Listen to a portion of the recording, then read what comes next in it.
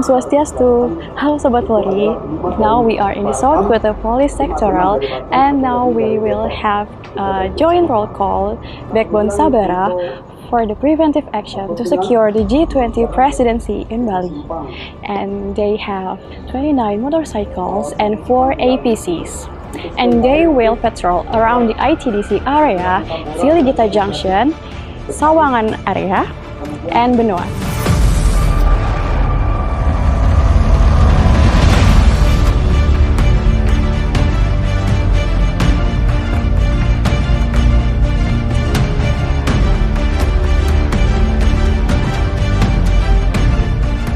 Bagaimana melakukan kegiatan-kegiatan preventif di malam hari, baik itu sifatnya stasioner maupun itu mobile untuk melaksanakan patroli dalam rangka meminimalisir gangguan Kamtibmas agar situasi Kamtibmas selama pelaksanaan G20 ini berjalan dengan aman, lancar, dan kondusif.